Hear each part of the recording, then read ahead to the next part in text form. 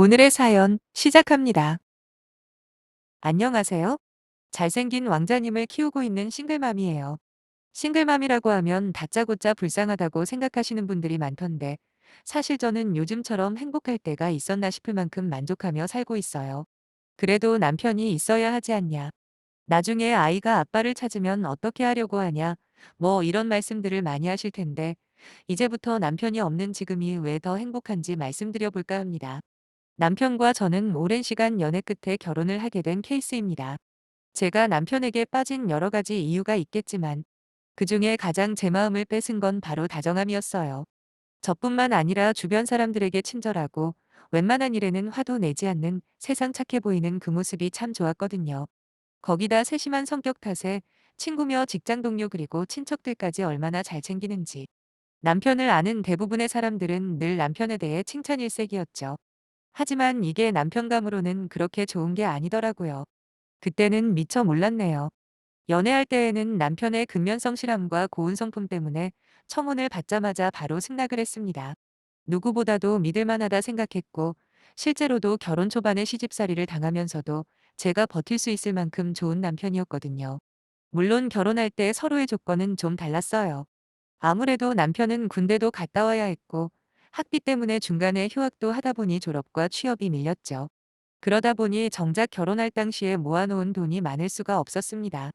그에 비해 저는 집에서 부족함 없이 지원해 주시고, 군대 문제나 휴학도 할 필요 없이 한 번에 졸업한 데다 취업 또한 운이 좋아서 한 번에 해결이 되었거든요. 그래서 결혼 자금을 제가 훨씬 많이 쓸 수밖에 없더라고요. 거기다 직장 생활을 먼저 하다 보니 월급 자체도 남편보다 더 많았어요. 하지만 남편은 그런 상황에서도 저한테 자격지심이 있거나 위축되기보다 오히려 항상 저를 응원해주는 든든한 남자였죠. 그런 남편을 저희 부모님도 어떻게 좋게 보지 않을 수가 있겠어요. 한 번씩 다른 사람들을 너무 챙기는 모습에 대해 불만이라도 털어놓으려 치면 늘 저희 부모님은 저를 오히려 나무라셨어요. 요즘같이 정없고 자기만 하는 인간들이 많은 세상에 우리 김서방 같은 사람이 어디 있냐며, 능력도 좋지만 심성 착한 게 장땡이라는 말까지 하실 정도였거든요. 그래서 결혼할 때 결혼 비용과 혼수만 남편과 제가 모은 돈으로 하고 신혼집은 친정에서 해결해 주셨습니다. 남편은 죄송하고 또 감사하다는 말만 수십 번이나 할 만큼 저희 부모님에게 고마워했고, 저희 부모님은 다른 건 하나도 안 바란다. 부디 내 딸 가슴 아픈 일만 없게 해달라고 부탁을 하셨네요. 문제는 남편이 아니라 시어머니였어요. 자세한 내막은 알 수 없지만 시어머니와 시아버지는 따로 사십니다. 남편에게는 누나가 한 명 있고요. 시아버지 같은 경우에는 결혼식 날을 제외하고는 한 번도 본 적이 없습니다. 그래서 시어머니와 시누이가 살고 있는 그곳을 시가라고 생각하고 지냈는데, 보통 이런 상황이면 저희 집에 고맙다는 생각을 하는 게 정상 아닌가요? 그렇지만 시어머니는 저희 집에서 해준 모든 것들이 전부 안 잊고 오셨던 것 같더라고요. 틈만 나면 전화로 살림은 잘하냐며 잔소리하는 건 물론이고, 남편 기죽이지 말고 잘못이라는 시대에 뒤떨어져도 한참 뒤떨어진 소리까지 하시는 겁니다. 처음엔 자식 걱정하는 부모 마음이라 생각하고 내내 대답만 하며 넘기긴 했어요. 근데 같은 소리도 한두 번 반복되다 보니 이건 아니다 싶은 거예요. 그래서 조심스럽게 한마디 했습니다. 남편은 잘 모셔야 하는 존재가 아니라고요. 부부가 동등하게 서로 존중해주며 가정을 잘 꾸려야지. 뭘 자꾸 모시라고 하시냐. 그런 말씀은 듣기에 좀 거북하다 했더니 이번엔 어른한테 말대답한다고 화를 내시더군요. 그날 처음으로 남편과 진지한 대화의 시간을 가졌습니다. 더하고 뺄 것도 없이 있는 그대로 시어머니에게 쌓인 불만을 이야기했죠. 남편은 즉시 저한테 사과를 하며 자기가 봐도 그건 아닌 것 같다 하대요. 그러면서 어머니에게는 확실하게 말씀드릴 테니 자기 얼굴을 봐서라도 한 번만 이해해달라 하길래 그날은 알겠다고 했습니다. 그런데 거기서가 끝이 아니었어요. 남편이 어떻게 해결했는지는 모르겠지만 일단 시어머니가 전화로 제 신경을 긁는 일은 얼추 사라지긴 했습니다. 하지만 이제는 시가의 얼굴 보러 가는 문제로 또 트집을 잡으시더라고요. 퇴근하고 한 번씩 와서 얼굴도 좀 보여주고 하지 뭐가 그리 바빠서 통 오지를 않냐 하시면서요. 근데 이게 말이 쉽지 생각처럼 그리 간단한 문제가 아닙니다. 저희 신혼집에서 시가까지 차로 왕복 3시간이 걸려요. 거기다 퇴근 시간 교통정체까지 고려하면 시가에 다녀오는 날은 거의 12시가 넘어서 돌아올 텐데, 그럼 다음날 출근은 어떡하라는 건지. 그래도 아예 모른 척 살 수는 없으니 주말에 한 번씩 시간 내서 찾아뵙긴 했습니다. 물론 시가에 가면서 공주 대접을 받으려거나 아무것도 안 하고 손님처럼 받기만 할 생각은 없었어요.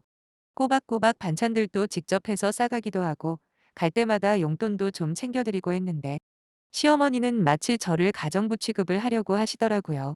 없는 일도 만들어서 시키는 느낌이랄까요? 정말 남편만 아니었다면 진작에 싫다고 뛰쳐나왔을 테지만 왜 그렇잖아요. 시자만 들어가면 멀쩡한 사람도 이상해진다고요. 거기다 제가 청소나 설거지라도 할라치면 늘 남편이 옆에서 도와주려 노력하길래 어차피 시가에 자주 오는 것도 아니니 괜한 분란 만들지 말자는 심정으로 웬만한 건 모두 다 들어드렸습니다. 저보고 등신 같다고 하실지도 모르겠지만 막상 결혼 생활이라는 게 생각해야 할 게 정말 많더라고요. 결혼 전엔 몰랐어요. 남편과 저 사이의 관계만 중요한 게 아니라 그 주변의 많은 관계들이 마치 거미줄처럼 얽히고 설켜 있잖아요. 예컨대 남편이 저희 부모님에게 하는 거랑 제가 시어머니에게 하는 것들이 아주 섬세하게 연결돼 있기 때문에 제 마음에 조금 안 든다고 멋대로 막 하기가 애매하더군요. 그렇다고 수틀리면 그냥 이혼하고 말지 뭐 하는 생각은 듣기에는 시원시원해 보여도 현실과는 많이 다르다고 생각합니다. 물론 그렇다고 제가 참고 인내한 게 모두 잘했다는 건 아니고요. 어찌됐든 남편에게 배신을 당했고 결국 이혼하고 싱글맘이 되었으니까 말이죠. 그 부분에 있어서 충분한 반성은 하고 있습니다. 아무튼 그렇게 위태위태한 시가 방문을 하다가 결정적으로 아예 발길을 끊어야겠다 결심한 일이 있는데 하루는 시어머니가 저한테 손빨래를 시키는 게 아니겠어요? 그것도 자기랑 시누이의 속옷을 말이에요. 솔직한 말로 지금까지 저한테 해왔던 모든 것들이 시집살이라고는 생각 안 합니다. 세상에 완벽한 사람이 어디 있겠어요? 저도 그렇고 시어머니도 마찬가지겠죠. 그래서 조금 안 맞는 건 시간이 지나면 알아서 맞춰지겠지 하며 참고 지나간 것도 있습니다. 하지만 다른 빨래도 아니고 자기들 속옷을 거기다 손으로 빨라는 건 누가 봐도 명백한 시집살이 아닌가요? 그렇다고 제가 어디 크게 부족한 며느리도 아니잖아요. 오히려 자기 아들에게 넘치면 넘쳤지. 이런 취급까지 할 만큼 무슨 큰 죄를 지은 것도 아닌데 어떻게 해서라도 저를 괴롭히려는 의도 말고는 설명이 안 되더라고요. 결국 제가 가진 카드를 꺼낼 수밖에 없더군요. 마침 남편은 잠시 밖에 외출 중이라 오히려 더 잘 됐다고 생각한 저는 이제 그만 좀 하시라고 아무리 제가 마음에 안 들어도 그렇지 당신들 모녀가 입던 속옷 빨래를 시키는 건 선을 넘어도 세게 넘은 거 아니냐 따졌어요. 그랬더니 시어미가 돼가지고 며느리한테 빨리도 못 시키냐며 되려 역정을 내시는 게 아니겠습니까? 그래서 어머님도 딸 가진 입장이니까 곰곰이 생각 좀 해보시라고 어느 엄마가 자기 딸이 시가에 불려가서 남이 입던 속옷 바는 걸 이해하겠냐 소리를 질렀네요. 한 번 큰 소리를 내니까 그동안 쌓여있던 불만이 걷잡을 수 없이 막 터져나오더라고요. 시어머니가 지금 저희 집에서 받고 있는 생활비 중에서 절반은 제가 드리는 거 알고는 계시냐 물었습니다. 100번 양보해서 결혼할 때 우리 집에서 집 해주고 더 많은 돈을 쓴 거는 넘어간다고 쳐도 힘들게 번 돈으로 생활비까지 보태드리는 며느리를 이런 식으로 대하는 게 말이 되냐 한참을 쏟아냈습니다. 정말 더 화가 나는 건 제 말을 듣고 난 시어머니의 반응이었어요. 미안하다 사과는 못할 망정 태어나서 한 번도 들어보지 못한 험한 말을 하시는 겁니다. 요점은 딱 하나죠. 논리적으로 제 말이 맞으니 그에 대한 반박은 못하면서 돈 가지고 유세 부린다는 말만 반복해서 하더라고요. 결국 저는 못 참고 할 수 있는 가장 강한 카드를 꺼내야만 했습니다.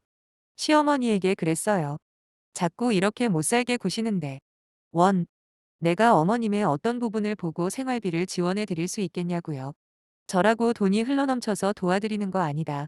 이제 아이 생기면 나도 이리저리 돈 엄청 들어갈 텐데 그래도 사랑하는 남편 어머니이니까 고생 좀 덜 하시라는 차원에서 드리는 거지. 자꾸 이런 식으로 저 힘들게 하면 이제 못 도와드린다고요. 갑자기 생활비를 끊겠다는 제 이야기에 시어머니는 무척 당황하신 듯했고 자기 방에서 조용히 저희 대화를 듣고 있던 시누이가 나오더니 지금 자기 집 부족하다고 무시하는 거냐며 저한테 삿대질까지 하는 게 아니겠어요? 정말 어이가 없었어요.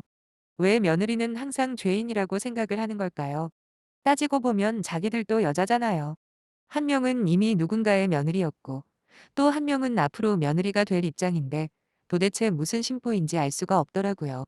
아무튼 전 제 할 말 다 했으니 집으로 간다 하고 나와버렸고 나중에 집에 돌아온 남편에게 선언해버렸습니다. 더 이상 시가에 안 갈 거라고요. 당신이 자리에 없어서 잘 모르겠지만 내가 무슨 꼴을 당했는지 아냐 하면서 막 몰아붙였어요. 그랬더니 남편이 제 손을 잡으며 자기가 대신 사과한다고 하는 거예요. 그러면서 앞으로 시가에 가게 되면 자기 혼자 가겠다고 약속했습니다. 그 이후로 실제로 전 시가로부터의 고통에서 벗어날 수 있었어요. 사실 시가 문제만 제외하면 스트레스 받을 일이 딱히 존재하지 않았거든요. 그래서 그런가 곧 임신을 했네요. 참고로 앞으로 생활비 못 준다 큰 소리치고 나오긴 했지만 어차피 제가 안 드리면 결국 남편이 혼자 부담해야 했기에 얼굴 안 보는 것만 해도 다행이라 생각해 생활비는 꾸준히 드렸어요. 그렇게 제 결혼 생활이 안정감을 찾고 아이에 대한 행복한 상상만을 하고 있을 때 전혀 예상치 못한 일이 생겨버렸죠. 믿었던 남편이 제 뒤통수를 아주 세게 때려버리더라고요. 사회생활이라고는 중소기업 3년 정도 다닌 게 전부인 시누이에게는 오래전부터 입버릇처럼 말해온 꿈이 있는데 그건 바로 언젠가 자신이 직접 창업을 해보고 싶다는 거였죠. 한창 시가에 들락날락할 때 툭하면 창업하고 싶다 노래를 부르는 시누이를 보면서도 그게 저와 무슨 상관이 있나 싶었습니다. 그런데 어느 날 남편이 저한테 그러더라고요. 시누이가 창업자금 마련해달라 고집을 부려서 본인이 보증을 서줬다고요. 솔직히 보증을 서준 것도 어이가 없는데 그걸 저한테 저렇게 당당하게 고백을 빙자해서 얘기하는 건 더 어이가 없었습니다. 너무 화가 났지만 일단 늦기 전에 이 사태를 해결해야겠다는 마음으로 남편 끌고 정말 오랜만에 시가로 찾아갔죠. 아직 시작도 안 했으니까 빨리 물으라고요. 남편은 제가 이런 반응을 보일지 몰랐는지 끌려온 채로 난처한 표정만 짓고 있었고 시누이는 자기 한번 믿어보라면서 저를 설득하기 시작하더라고요. 저는 시누이에게 사업을 하던 뭘 하던 다 좋은데 거기에 내 돈이 들어가는 건 절대로 용납할 수 없다고 말했습니다. 그리고 더 열받는 건 어차피 나중에 돈은 내 주머니에서도 나갈 텐데 그걸 나한테 한마디 상의도 안 했다는 거라고 했죠. 그러니 당장 보증 선고 취소시킬 거라고 말하고 있는 와중에 그때 시어머니가 저한테 소리를 치시는 거예요. 니네 집 돈도 많은데 보증 하나 서줬다고 이 난리를 치냐고요. 더 들을 가치도 없더군요. 얼굴 못 보고 지낸 그동안 어느 정도는 좀 바뀌신 줄 알았는데 그대로였으니까요. 그래서 저는 단도직입적으로 남편에게 물어봤습니다. 보증 서준 거 취소 안 하면 이혼할 거라고요. 그런데 남편 표정이 일그러지더니 이내 저를 비웃듯이 대답하는 게 아니겠어요? 여자 몸으로 혼자서 애 키우는 게 보통 일인 줄 아냐? 괜히 일 크게 만들지 말고 잊지 말라고 말이에요. 전혀 딴판이 된 남편의 모습에 치가 떨렸습니다. 겉으로는 착한 척하면서 본심은 이런 인간인 줄도 모르고 지금까지 남편이라고 챙겨주며 살아온 제가 너무 바보 같더군요. 저 역시 똑같이 비웃어주며 남편이 했던 말 그대로 돌려줘 버렸습니다. 누가 애 키운다고 그랬냐? 양육비 줄 테니까 네가 직접 키우라고 말이죠. 호라비로 애도 키우고 네 동생 대출금에 니네 엄마 생활비까지 어디 한번 뼈 빠지게 돈 벌어보라 하고 그 길로 짐 싸서 친정으로 와버렸네요. 제가 세게 나가니까 남편도 이건 아니다 싶었는지 또 사과를 하려 하길래 이미 난 마음 떴으니 나중에 애 낳고 애나 데리고 가라고 했어요. 그러니까 자기 혼자 어떻게 다 감당하라고 그러는 거냐. 애한테 엄마가 없는 게 말이 되냐고 손이 발이 되도록 싹싹 비는데 그때 깨달았습니다. 이 인간은 자기가 조금만 불리하면 미안하다 사과하는 게 버릇이라는 걸요. 결국 저희는 그렇게 갈등의 골을 좁히지 못했고 결국 이혼하게 되었습니다. 당연히 남편에게 아이 키우라고 한 건 제 본심이 아니었죠. 내 새끼를 그딴 인간 같지도 않은 것들에게 맡긴다는 게 말이나 됩니까? 어차피 유책 사유는 남편 쪽이 확실해서 어렵지 않게 양육권 가져왔고 그 후로 현재는 애 낳고 잘 살고 있었어요. 남편, 아니 전 남편은 처음 몇 달은 꼬박꼬박 양육비를 입금하더니 이내 밀리기 시작하는 겁니다. 얼굴도 못 봤다고 지 새끼 아니라는 건가 싶었죠. 그깟 양육비 있어도 그만 없어도 그만이었지만 최소한의 애비 노릇은 시키는 게 인지상정이다 싶어 전화를 했습니다.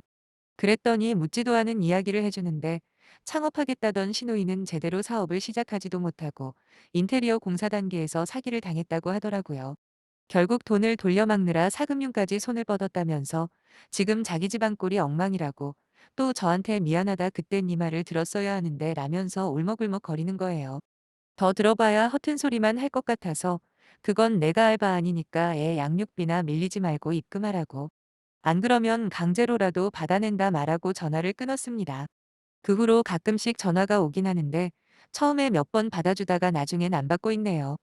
다행히 양육비는 그 후로 밀리지 않고 꼬박꼬박 주는 걸 보니 어떻게든 살고는 있나 보다 생각하고만 있어요. 사실 양육비야 없어도 그만이지만 그 돈은 우리 아이 앞으로 차곡차곡 모아주고 있습니다.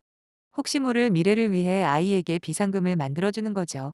아주 가끔은 저를 싱글맘이라고 따가운 시선을 보내는 사람들도 있지만 대체로 응원하는 분들이 훨씬 많고, 그런 걸 떠나서라도 사람 대접도 안 해주는 시가와 거기다 시누이가 싼 똥 치우면서 살았을 걸 생각하면 지금 이 순간이 얼마나 행복한지 모릅니다. 우리 애를 생각해서라도 강한 엄마가 될 거예요. 그럼 못난 저의 사연을 읽어주신 분들 모두 정말 감사드립니다.